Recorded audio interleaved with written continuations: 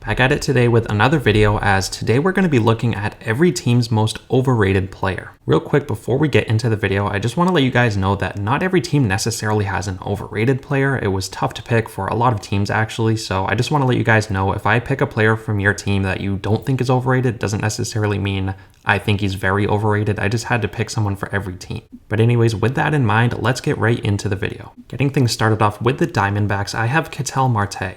Now this is one instance where I don't necessarily think the D-backs have anyone who's overrated, but I do still think people hang on to Marte's 2019 season. For those who don't know, he nearly won the NL MVP award as he had his best season by far, and since then he just hasn't been the same, so to this day I still think people just slightly overrate him because he's clearly not what he once was. Moving on to the Braves, I have Orlando Arcia. Again, I don't think the Braves have anyone who's overrated, but I don't think Arcia should be playing over Vaughn Grissom. But Arcia has been playing pretty well when he's been on the field this year, so he's not too overrated. Again, I just don't think he should be playing over Vaughn Grissom. Moving on to the Orioles, I have Gunnar Henderson. Henderson is the former #1 prospect in baseball, and while he did have a pretty good rookie season last year, he's fallen off a cliff this year. He's only hitting .203 with 6 home runs, so he's clearly taken a huge step back, and obviously he's still very young and has lots of time to develop, but as we stand today, I think he's the Orioles' most overrated player. Getting on to the Red Sox, we have another former top prospect in Triston Casas. Casas is looked at as one of the Red Sox best prospects, and this year there was high hopes for him and he just hasn't lived up to it. Similar to Henderson, there's lots of time for Casas to develop and he probably will end up being the player he is expected to be, but as we stand today, he's just not nearly living up to the hype that was surrounding him heading into the season.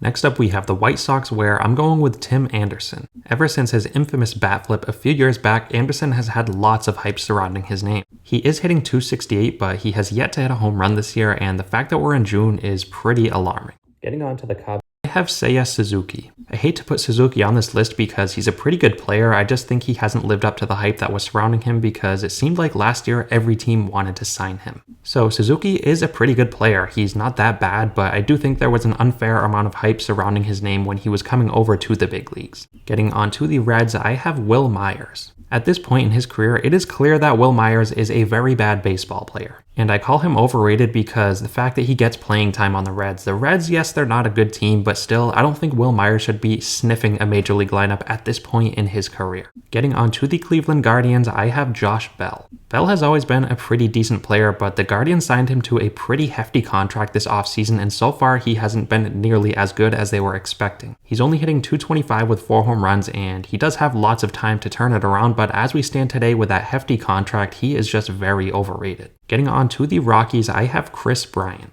This one was a no-brainer. Bryant signed a huge deal a few years back with the Rockies, and since then he's barely been on the field, and when he has been on the field, he hasn't been productive. It is clear as day that the 2016 MVP isn't what he once was and does not deserve all the money he's getting paid. Next up is the Tigers, where I'm going with Spencer Torkelson. Torkelson, similar to a few other players on this list, was once a top prospect and he has not panned out. He's very young, he has lots of time to figure it out, but as of today, he just does not look like the prospect he was expected to be. Moving on to the Astros, I have Jose Abreu. Abreu signed a big deal with the Astros this offseason, and he's arguably been the most disappointing player in baseball. He's only hitting .213 with one home run, and he is just overrated because he's getting paid big bucks and he's not performing like it. Next up, we have the Royals, where I'm going with Brady Singer. I hate to do this because Singer is a player that I like. He's on my fantasy team. I'm a big fan of him, but he has been probably the worst pitcher in baseball so far. He has a 7+ ERA. And the fact that this Royals staff was leaning heavily on Singer to be the ace of the rotation makes it even worse.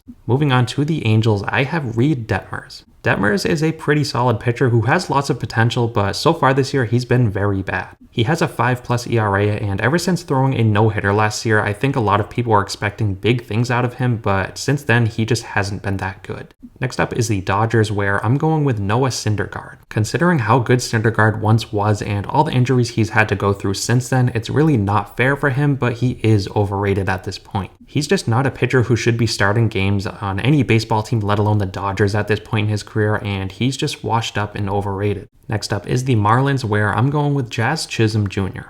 Chisholm is a very good player, don't get me wrong, but the fact that he was on the MLB The Show cover this year really gives him unfair expectations. With MLB The Show comes lofty expectations. You usually see MVPs and Cy Youngs on that cover, and he's just not quite that caliber, so really it's not his fault, but he is overrated at this point. Moving on to the Brewers, I have Freddie Peralta. Peralta had a dominant season a few years back, and since then he just hasn't been able to stay on the field, and when on the field he hasn't been quite as good as he once was. He's still relatively young, so he has some time to figure it out and get back to his old form, but I'm not betting on it. Getting on to the Twins, I have Carlos Correa. Correa, simply based off of his contract and his play on the field, has to be one of baseball's most overrated players. I'm really hoping Correa can get back to his Houston days where he was a legitimate MVP candidate, but as we stand today, he looks far from it. Moving on to the Mets, I have Brett Baty. I understand I may get some pushback with this one because Baty is still very young and hasn't had much time in the big leagues. But he just hasn't been good so far, and considering he's a top prospect in the Mets system in New York, just gives him unfair expectations, so really not his fault, it's just the sort of hype that's surrounding his name being a top prospect in the city of New York. Moving on to the Yankees, I have Nestor Cortes. I know Cortes is a fan favorite in New York and he had a dominant season last year, but so far this year he has been far from what he was. As we stand today, he has a 5+ ERA and it looks like he took a complete 180 as he's a completely different pitcher than he was last year. Getting on to the Oakland A's, I have Shintaro Fujinami. I hate to put Fujinami on this list, but he deserves to be on the list. He was a pretty highly regarded international signing, and so far he has a 12+ ERA. And it's not like this guy's been pitching very limited innings. He's been a starter for the majority of the season, so it's pretty impressive to have an ERA that high while pitching that many innings. Getting on to the Phillies, I have Trey Turner. This is another case here where I don't necessarily think the Phillies have anyone who's overrated. I just picked Turner by default because of how poor he's been playing this year and the big contract he signed this offseason. I absolutely do think Turner will pick it up eventually. He's been a much better player throughout his career, so all in all, I don't think he's overrated per se, but with his contract and his performance so far, I had to put him on the list. Getting on to the Pirates, I have Ke'Bryan Hayes. This is a tough one because I understand how good this guy is defensively. He was the best defensive player in all of baseball last year, but offensively he's just not there yet. But still, this guy is very valuable to the Pirates and he's a good player, but Pirates, another team that was pretty tough to pick an overrated player, so unfortunately Hayes was the odd man out. Getting on to the Padres, I have Blake Snell. Snell is obviously a very good major league pitcher as he has a Cy Young award to his resume, but year by year he's gotten worse and worse. Ever since getting to San Diego, his play has just dropped drastically and he's not close to the pitcher he once was on Tampa Bay. Getting on to the Giants, I have Mitch Haniger. Haniger was a pretty big signing for the Giants this offseason. I think they were expecting him to be one of the best offensive bats in their lineup, and he has not been that. He's only hitting .239 with 4 home runs, and he's just not living up to the contract he signed this offseason. Getting on to the Mariners, I have Teoscar Hernandez. Hernandez, similar to Haniger, signed a pretty big deal this offseason and has not been playing up to expectations. He's only hitting .232 with 9 home runs, and last year he was underwhelming as well, so I'm starting to think that Hernandez, he may not be what he once was. Getting on to the Cardinals, I have Adam Wainwright. Now this one is unfair because Wainwright is 42 years old and the Cardinals were leaning on him to be the ace of the staff. But so far he's pitched to a 6+ ERA, and like I said, this is just unfair for Wainwright. I hate to put him on the list, but the Cardinals were expecting big things out of him. Moving on to the Rays, I have Brandon Lowe. Lowe is another player who I hate to put on the list because he's on the Rays, so obviously there's not many overrated players on that team. And to be completely honest, Lowe is a very good player. I think he's a very important piece to Tampa Bay's offense and team as a whole, but the Rays, as we all know, are a team full of underrated players, so Lowe, I just picked him by default. Getting on to the Rangers, I have Jacob deGrom. I really don't need to say much here because we all know the case with Jacob deGrom. When healthy, deGrom is one of the best pitchers of this generation, but he just hasn't been able to stay on the field, and that's been the case this year as well.